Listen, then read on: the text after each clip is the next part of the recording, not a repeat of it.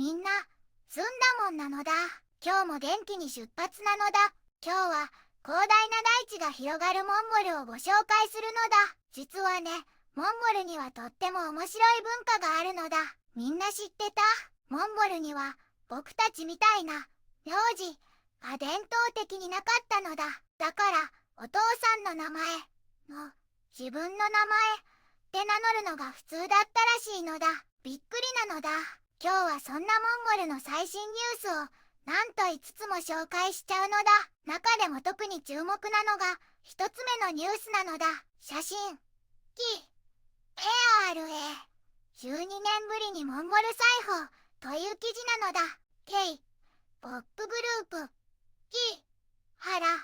が昨日モンゴルの国立競技場でコンサートを開いたのだ。キアラは2009年に結成されて2013年9月にもモンゴルに来たことがあるのだ。なんと12年ぶりの訪問でまたモンゴルのファンを盛り上げたのだ。最近は再結成して新しい曲も発表しているからこれからも活躍が楽しみなのだ。他にも魅力的なニュースが盛りだくさんなのだ。この動画が面白かったらぜひ高評価とチャンネル登録もよろしくなのだ。それでは早速一緒に見ていくのだ。皆さん、こんにちは。今日は雄大な自然と歴史の国、モンゴルをご紹介するのだ。モンゴルは広大なユーラシア大陸の内陸部に位置し、北はロシア、南は中国に挟まれているのだ。首都はウランバートルで、国の人口約340万人の半分近くがここに集中しているのだ。かつてはチンギス・ハーンが築いたモンゴル帝国として世界に名を馳せた輝かしい歴史を持つ国なのだ。社会主義を経て、現在は民主的な共和制を確立しているのだよ。主要産業は石炭や銅、金などの豊富な鉱物資源に支えられた工業なのだ。また、古くからの伝統である畜産業も盛んで、ヤギや羊、馬などが広大な草原で飼育されているのだ。遊牧文化が色濃く残っていて、移動式住居であるゲルで暮らす人々が多く、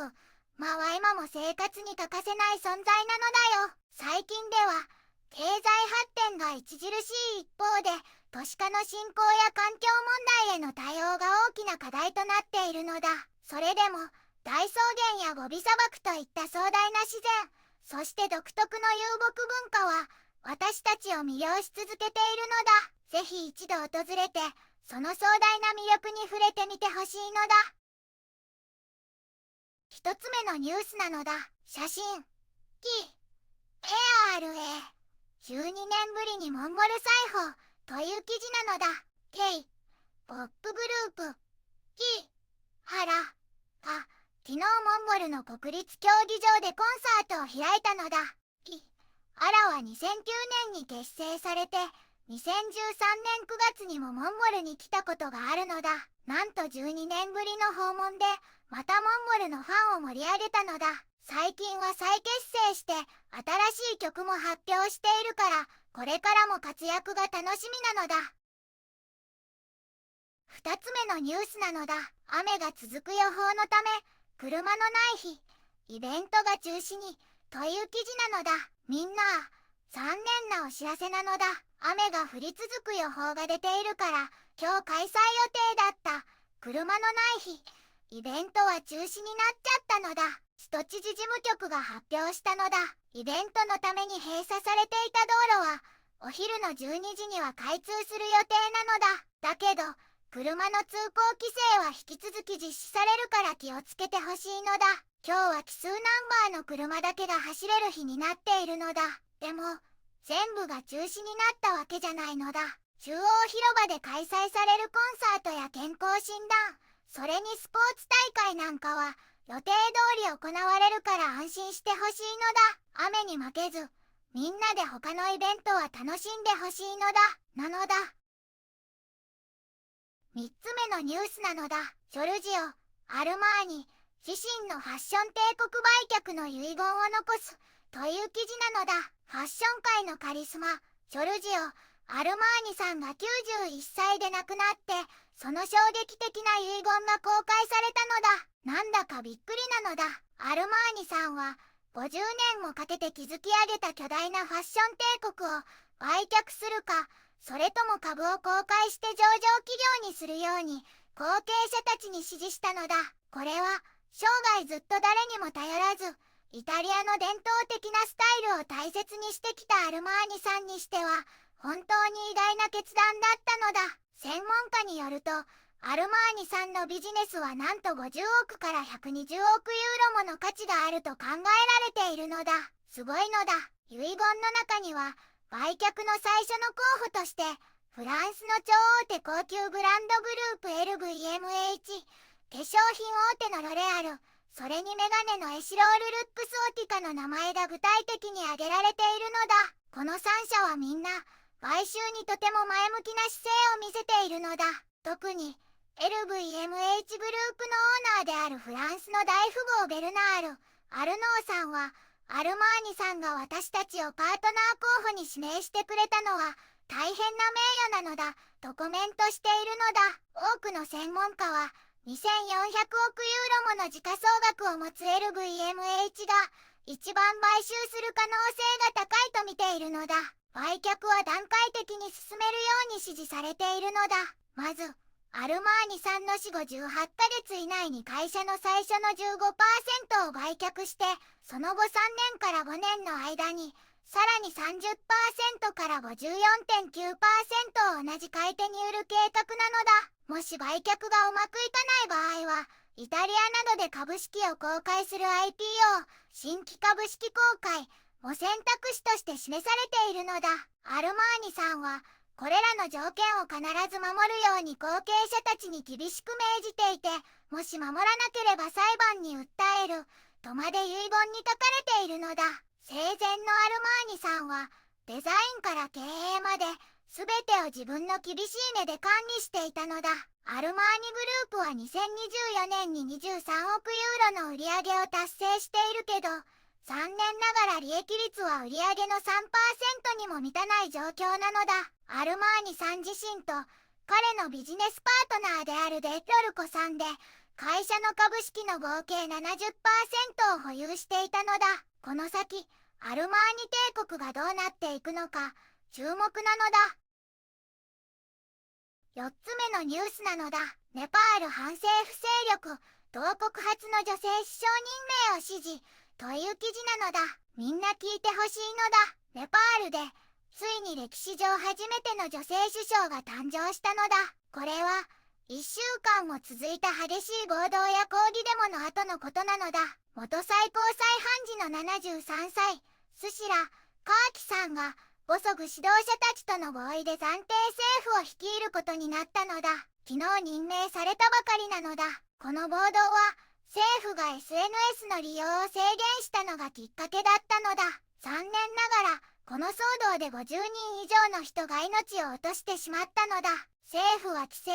解除したけど、抗議デモは腐敗に反対する大きな動きに発展したのだ。ついには首都カトマンズで議会や政府の建物が放火されちゃって、前の首相は辞任に追い込まれたのだ。それで大統領とデモのリーダーたちが何日も話し合った結果、カーキさんが首相になることが決まったのだ。カーキ首相には国の秩序を取り戻すことや、焼けてしまった議会や政府の建物を修理すること、それに暴動中に悪いことをした人たちに責任を追及するなど、たくさんの難しい課題があるのだ。でもカーキさんはネパールの政治家たちの中でも清廉な人として知られていて、若い学生運動のリーダーたちも彼女の就任を支持しているのだ。この任命はネパール軍の司令官さんが仲介してくれた話し合いの成果でもあるのだ。カーキさんはネパール最大の民主党と深い関係のある家系に生まれたのだ。2016年に最高裁判事になった時も夫の支援が大きかったと言われているのだ。ただ最高裁判事として働いた約11ヶ月の間には弾劾問題に直面したこともあったのだ。ちなみに暴動のきっかけとなった SNS 規制はネポキットっていうエリートの子供たちの贅沢な暮らしを暴く運動があったからだって言われているのだ。ネパールでは議会が解散されて3月5日には特別選挙が行われる予定なのだ。カーキ新首相のこれからの活躍に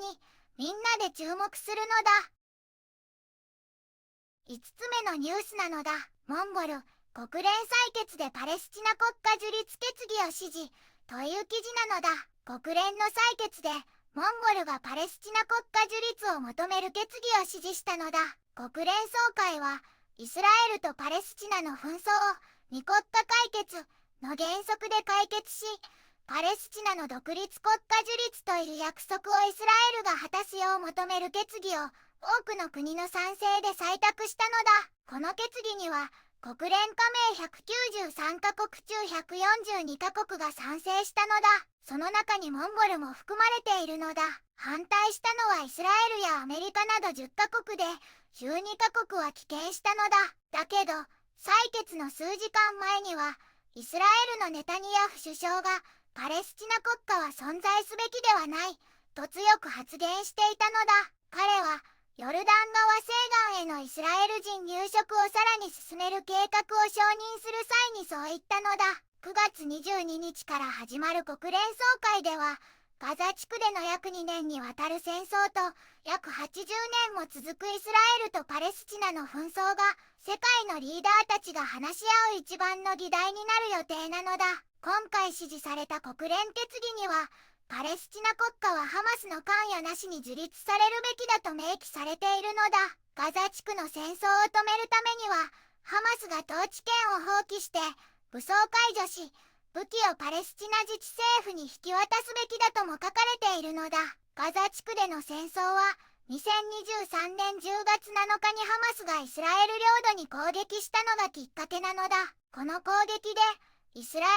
ル側では主に市民約1200人が犠牲になり、約250人が人質になったのだ。まだ48人がハマスの手にあり、そのうち約20人が生きているかもしれないのだ。そしてイスラエル軍の軍事作戦によってガザ当局によると6万4千人以上のパレスチナ人が犠牲になっているのだ。この紛争がど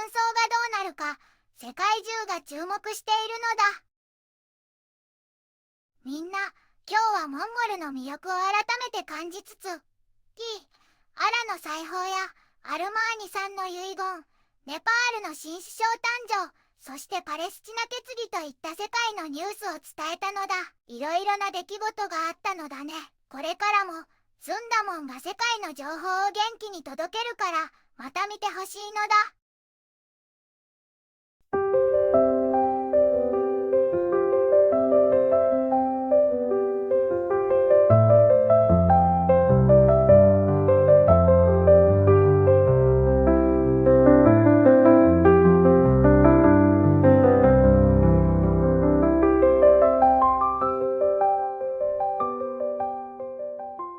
こんにちはなのだ。この番組では世界のあまり知られていない国や地域からちょっと不思議でちょっと感動するニュースをお届けするのだ。日本ではあまり話題にならないけど、世界には僕たちが知らないままの出来事や優しさや驚きに満ちた物語がたくさんあるのだよ。テレビでもネットでもあまり見かけないけれど本当はもっと伝えられるべき小さな世界の声、そんな声を僕と一緒に見つけに行くのだ。さあ、